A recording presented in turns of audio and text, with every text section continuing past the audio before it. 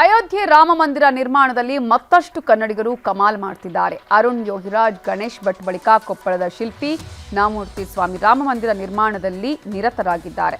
ಇನ್ನೊಂದು ಕಡೆ ಅಯೋಧ್ಯೆ ಹಬ್ಬಕ್ಕೆ ಯೋಗಿ ಸರ್ಕಾರ ಸಿದ್ಧತೆ ನಡೆಸುತ್ತಿದೆ. ರಾಮ ಮಂದಿರ ಪ್ರಸಾದನೂ ಫೈನಲ್ ಆಗಿದೆ. ಎಲ್ಲದರ ಕಂಪ್ಲೀಟ್ ವರದಿ ಇಲ್ಲಿದೆ. ಅರುಣ್ ಗಣೇಶ್ ಭಟ್ ಈಗ ಕರ್ನಾಟಕದ ನಾಗಮೂರ್ತಿ. ರಾಮ ಮಂದಿರದ ಮಂಟಪ ಕೆತ್ತನೆಯಲ್ಲಿ ಕೊಪ್ಪಳದ ಶಿಲ್ಪಿ.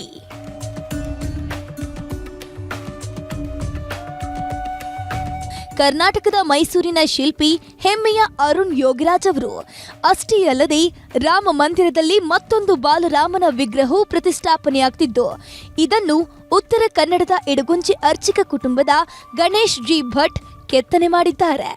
ಈಗ ಇದೇ ರಾಮ ಮಂದಿರದ ಗರ್ಭಗುಡಿಯ ಮುಂಭಾಗದ ಮಂಟಪವನ್ನ ಕೆತ್ತನೆ ಮಾಡ್ತಿರೋ ಶಿಲ್ಪಿಗಳಲ್ಲಿ ಕೊಪ್ಪಳದ ಕಾತರಕಿ ಗುಡ್ಲಾನೂರು ಗ್ರಾಮದ ಯುವಕ ನಾಗಮೂರ್ತಿ ಸ್ವಾಮಿ ಪ್ರಮುಖ ಪಾತ್ರ ವಹಿಸಿದ್ದಾರೆ. ಸಂಸರಣ ಸ್ವಾಮಿ ಹಾಗೂ ದೇವಕ್ಕಮ್ಮ ದಂಪತಿಯ ಎರಡನೇ ಮಗ ನಾಗಮೂರ್ತಿ ಸ್ವಾಮಿ 10 ವರ್ಷಗಳಿಂದ ಮೂರ್ತಿ ತಯಾರಿಸುವ ಕಾಯಕವನ್ನ ಮಾಡ್ತಿದ್ದಾರೆ. 1 ತಿಂಗಳ ಹಿಂದೆ ಧಾರವಾಡದ ಶಿಲ್ಪಿ ರವೀಂದ್ರಾಚಾರ್ಯ ಅವರ ಜೊತೆಗೆ ಅಯೋಧ್ಯೆಗೆ ತೆರಳಿ ಶಿಲ್ಪ ಕೆತ್ತನೆಯಲ್ಲಿ ತೊಡಗಿಸಿಕೊಂಡಿದ್ದಾರೆ. ಸರ್, ತುಂಬ ಖುಷಿ ಅನ್ನಿಸ್ತಾ ಇದೆ. ನಮ್ಮ ಮನೆಯಲ್ಲಿಂದ ಒಬ್ಬರು ಹೋಗಿದ್ದಾರೆ ಅಂತ ಹೇಳಿದ್ರೆ ನಮಗೆ ಎನ್ನಿಲ್ಲದ ಖುಷಿ ಆಗ್ತಿದೆ ಸರ್. ನಮಗೆ ಅಷ್ಟೇ ಅಲ್ಲ, ನಮ್ಮ ಕುಟುಂಬದ ಎಲ್ಲರಿಗೂ ಖುಷಿ. ಒಂದು ರಾಮ ಮಂದಿರದಲ್ಲಿ ಕೆಲಸದಲ್ಲಿ ಅವರು ತೊಡಗಿದ್ದಾರೆ ಅಂತ ಹೇಳಿದ್ರೆ ಅದು ನಮ್ಗೆ ಹೇಳಲಿಕ್ಕೆ ಆಗಲ್ಲ, ಅಸಾಧ್ಯವಾದ ಮಾತು. ತುಂಬ ಖುಷಿ ಆಗ್ತಿದೆ, ತುಂಬ ಹೆಮ್ಮೆ ಆಗುತ್ತೆ. ನನ್ನ ಅದೃಷ್ಟ ನಾನು ಪುಣ್ಯ ಮಾಡಿದ್ದೀನಿ ಇಲ್ಲಿ ಬರಲಿಕ್ಕೆ. ಏನೋ ಹಿರಿಯರ ಆಶೀರ್ವಾದ ಇದೆ ನನಗೆ ಅಂತೆಲ್ಲ ಹೆಮ್ಮೆಯಿಂದ ಹೇಳ್ಕೊತಿರ್ತಾನೆ. ಸರಾಯು ನದಿ ದಡದಲ್ಲಿ 823 ಅಡಿ ರಾಮನ ಪ್ರತಿಮೆ. ಅಯೋಧ್ಯೆಯಲ್ಲಿ ಜನವರಿ 22ರಂದು ಭವ್ಯವಾದ ರಾಮ ಮಂದಿರದ ಪ್ರತಿಷ್ಠಾಪನೆ ನಡೆಯಲಿದೆ. ಜೊತೆಗೆ 823 ಅಡಿ ಎತ್ತರದ ಭಗವಾನ್ ರಾಮನ ಪ್ರತಿಮೆಯನ್ನ ಸರಾಯು ನದಿ ದಡದಲ್ಲಿ ಸ್ಥಾಪಿಸಲಾಗ್ತಿದೆ. ಈ ಬೃಹತ್ ಶಿಲ್ಪವು ಪ್ರಸ್ತುತ ಹರಿಯಾಣದ ಮಾನೇಸರ್ನಲ್ಲಿ ರೆಡಿಯಾಗ್ತಿದೆ. ಖ್ಯಾತ ಶಿಲ್ಪಿ ನರೇಂದರ್ ಕುಮಾವತ್ ತಂಡ ಈ ಬೃಹತ್ ರಾಮನ ಪ್ರತಿಮೆಯನ್ನ ರೆಡಿ ಮಾಡ್ತಿದ್ದು, ಇವರಿಗೆ ಜವಾಬ್ದಾರಿಯನ್ನ ವಹಿಸಲಾಗಿದೆ. ಇದು ವಿಶ್ವ ದಾಖಲೆ ಸೇರುವ ಸಾಧ್ಯತೆ ಇದೆ. ಅಯೋಧ್ಯೆ ಜೊತೆ ಛತ್ತೀಸ್ಗಢದಲ್ಲಿ ಮದ್ಯ ನಿಷೇಧ. ರಾಮ ಮಂದಿರ ಉದ್ಘಾಟನೆಯ ಜನವರಿ 22ರಂದು ಅಯೋಧ್ಯೆಯ ಸುಮಾರು 84 ಕಿಲೋಮೀಟರ್ ಸುತ್ತಮುತ್ತ ಮದ್ಯ ನಿಷೇಧ ಮಾಡಲಾಗಿದೆ.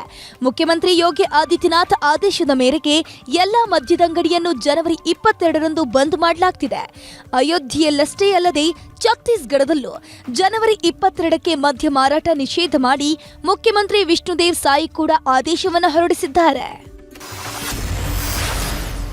ಅಯೋಧ್ಯೆಗೆ ಬರುವ ಭಕ್ತರಿಗೆ ಏಲಕ್ಕಿ ದಾನ ಪ್ರಸಾದ. ಜನವರಿ 22ರಂದು ಅಯೋಧ್ಯೆಯಲ್ಲಿ ರಾಮನ ಪ್ರಾಣ ಪ್ರತಿಷ್ಠಾ ಕಾರ್ಯಕ್ರಮ ನಡೆಯಲಿದೆ. ಆಮೇಲೆ ಪ್ರತಿದಿನವೂ ಅಯೋಧ್ಯೆಗೆ ಭಕ್ತರ ದಂಡು ಹರಿದು ಬರಲಿದೆ. ಬರುವ ಎಲ್ಲಾ ಭಕ್ತರಿಗೆ ಪ್ರಸಾದವಾಗಿ ಇಲಾಚಿ ದಾನ ಅಂದ್ರೆ ಸಕ್ಕರೆ ಮತ್ತು ಏಲಕ್ಕಿ ಮಿಶ್ರಣದ ಪ್ರಸಾದವನ್ನ ನೀಡಲು ತೀರ್ಮಾನಿಸಲಾಗಿದೆ.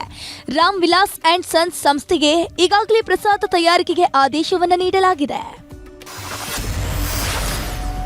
ರಾಮ ಮಂದಿರ ಮಾದರಿ ವಿಗ್ರಹಗಳಿಗೆ ಅಮೆರಿಕಾದಿಂದ ಡಿಮ್ಯಾಂಡ್. ಅಯೋಧ್ಯೆಯ ರಾಮ ಮಂದಿರದ ಮಾದರಿ ವಿಗ್ರಹ ಮೂರ್ತಿಗಳಿಗೆ ಎಲ್ಲ ಕಡೆ ಬೇಡಿಕೆ ಹೆಚ್ಚಾಗಿದೆ. ದೇಶದಾದ್ಯಂತ ರಾಮ ಮಂದಿರ ಮಾದರಿ ಮೂರ್ತಿಗಳ ಭರ್ಜರಿ ಮಾರಾಟವಾಗ್ತಿದೆ.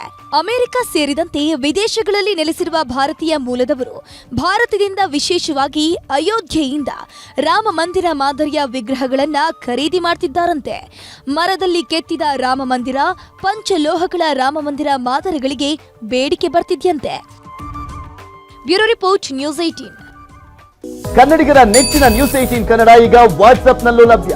ಕರ್ನಾಟಕ, ದೇಶ ವಿದೇಶಗಳ 360 ಡಿಗ್ರಿ ಸುದ್ದಿಯ ವಿವರಗಳನ್ನ ನಿಮ್ಮ ಕೈ ಬೆರಳುಗಳಲ್ಲೇ ಪಡಿಲಿಕ್ಕೆ ಈ QR ಕೋಡ್ ಅನ್ನ ಸ್ಕ್ಯಾನ್ ಮಾಡಿ ನಮ್ಮ ಚಾನಲ್ ಫಾಲೋ ಮಾಡಿ, ನೋಟಿಫಿಕೇಶನ್ ಆನ್ ಮಾಡಿ.